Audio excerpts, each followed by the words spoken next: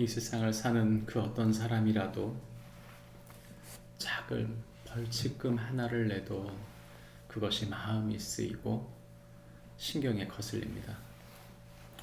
하물며 누군가에게 고소를 당했다는 것, 누군가 불편한 관계에서 끝나지 않고 법적인 문제가 생겨서 서로 고소고발을 하게 된다면 이 얼마나 마음에 힘들고 어려운 일이겠습니까? 그럼에도 불구하고 사도 바울은 자신이 지금 어려운 상황 가운데서 이 법적인 피해자가 되고 있는 것을 이제 더 이상 좌시할 수 없었던 것입니다. 사도 바울은 복음의 첫 걸음을 걷는 사람이었습니다. 온 사방에 복음을 전하고 다니는 사도 바울을 이제 법적인 제재를 가하려고 하는 이 유대인들, 아시아에서 온 유대인들로 인해서 사도 바울은 더 이상 그저 그 자리에서 그들이 하는 대로 머물러 있을 수 없었던 것이죠. 복음을 대표하는 사도 바울은 이제 결국 가장 높은 상수의 자리인 가이사에게 올라가려고 하는 것입니다. 오늘 우리가 읽은 성경 본문에 있는 이야기를 한마디로 조리면 이렇게 말할 수 있습니다. 성도는 복음으로 바로 서서 사람과 하나님 앞에 담대히 서는 자이다. 성도는 복음으로 바로 서서 사람과 하나님 앞에 담대함을 갖는 자이다 말해줍니다. 우리가 사람들 앞에 담대히 서야 될 이유는 바로 복음 때문입니다. 우리가 세상 사람들과 다른 것이 무엇입니까? 우리 안에 성령이 계시고 그 성령이 생명의 부활의 증인으로 우리를 살라고 주님의 말씀으로 말씀하기 때문에 그리스도 예수의 십자가에 피 묻은 복음을 받은 우리가 당연히 그들에게 복음을 증거해 주는 것은 당연한 일입니다. 하나님 아버지의 사랑이 예수 그리스도 안에서 나타났다는 것을 증거하는 것만큼 우리에게 소망이 되고 기쁨이 되고 세상의 빛이 되는 것이 있겠습니까? 오늘 우리가 읽은 성경 본문은 사도 바울이 이러한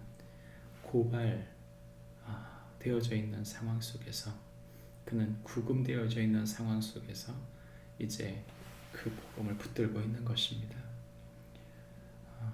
24장 24절부터 27절까지의 말씀은 복음을 통해 바울에게서 돈을 받고자 하는 벨릭스에 대한 이야기를, 25장 1절부터 26절까지는 바울을 암살하려는 유대인들과 그들의 환심을 사려는 베스도의 이야기를, 그리고 마지막 7절부터 마지막 절 12절까지는 의와 절제와 심판을 강조하며 가이사에게 상소를 올리게 되는 사도 바울에 대한 이야기를 하고 있습니다.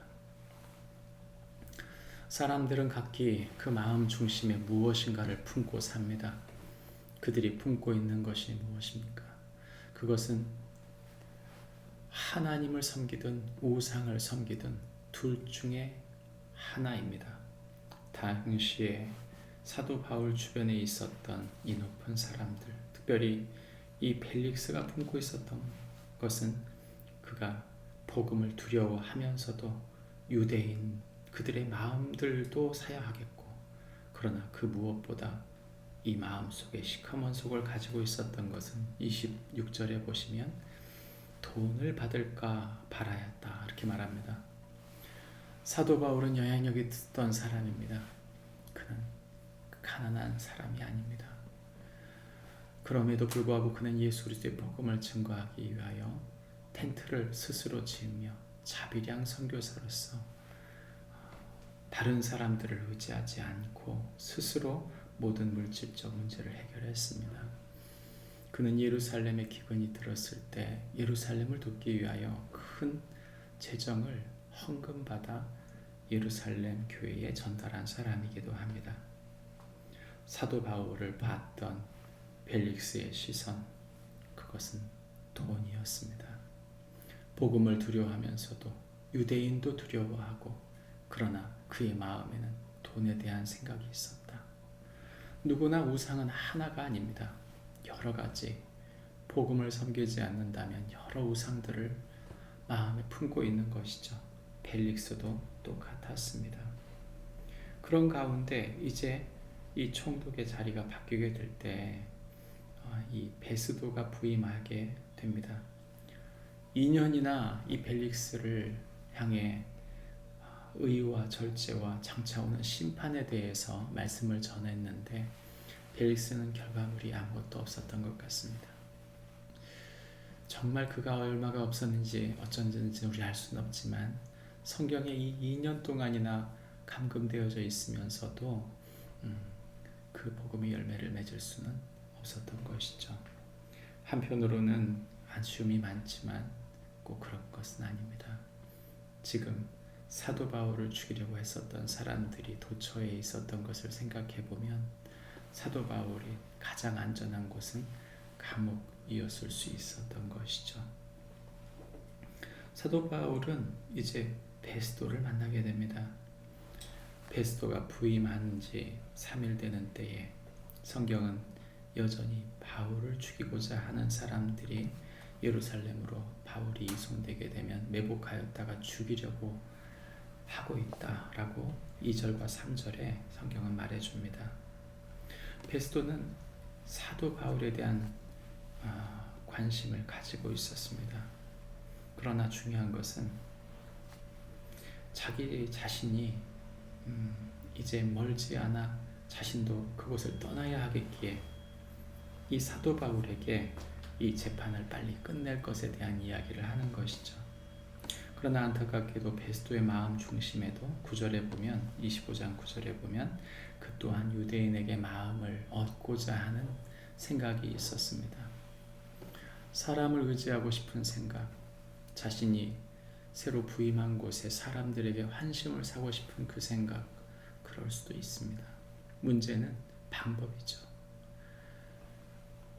감옥에 있는 피해자, 그 피해자를 제물 삼아서 이 유대인들에게 그 약자를 제물 삼아서 유대인들의 환심을 살려고 한다는 것, 이 또한 베스도의 이 약한 모습을 보여주고 있는 것입니다.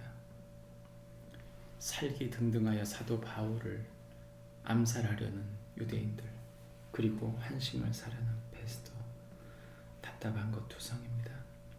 그러나 선명한 복음을 전한 사람이 있습니다. 바울입니다. 바울은 의와 절제와 장차 올 심판에 대한 이야기를 벨릭스에게 했을 뿐만 아니라 그는 여전히 그 부활의 복음을 베스도에게도 전했을 것입니다. 사도 바울은 그런 가운데 이제는 자신이 상소할 곳이 가이사라고 생각한 것입니다. 최고의 헌법기관, 이 가이사 앞에 상소함으로 사도 바울은 이제 자신을 변론하고자 하는 것이죠. 그저 내가 나의 생명을 좀 더 길게 연장하겠다, 그것이 목적이 아닙니다. 사도 바울은 이미 성령께서 로마로 하나님이 자신을 인도한다고 믿고 있었습니다. 성령께서 복음을 증거하게 하기 위해 사도 바울을 그곳으로 인도하고 있었던 것이죠. 저와 여러분이 섬기고 있는 사람들, 환경과 상황 속 주님은 그 가운데 일하십니다. 우리를 그곳에 두신 이유는 복음 때문입니다. 하나님의 나라가 증거되게 하기 위하여, 그 생명의 복음이 그들을 살리게 하기 위하여 우리를 그 지역에, 그 가정에, 그 교회에, 그 사람들에게 둔 것입니다. 맡겨주신 소중한 사람들 속에 복음으로 서는 축복이 있기를 바랍니다. 그 생명의 복음이 그들을 살릴 것을 믿고 하나님과 사람들 앞에 당당하게 서는 축복이 우리 모두에게 있기를 바랍니다. 기도하겠습니다. 하나님 아버지, 우리에게 주신 소중한 복음이 사람을 살립니다. 하나님, 복음을 증거하고 복음이 핏된 삶을 살도록 우리를 붙잡아 주옵소서. 하나님, 오늘도 우리에게 주신 소중한 사람들, 예수 그리스도 그 하나님의 나라를 경험하고 그 예수 그리스도의 소식을 듣고 주님께 돌아오는 축복이 있을 수 있도록, 특별히 우리가 그들을 어떻게 섬겨야 할지 주께서 말씀하시고 알려주옵소서. 예수님 이름으로 기도합니다. 아멘.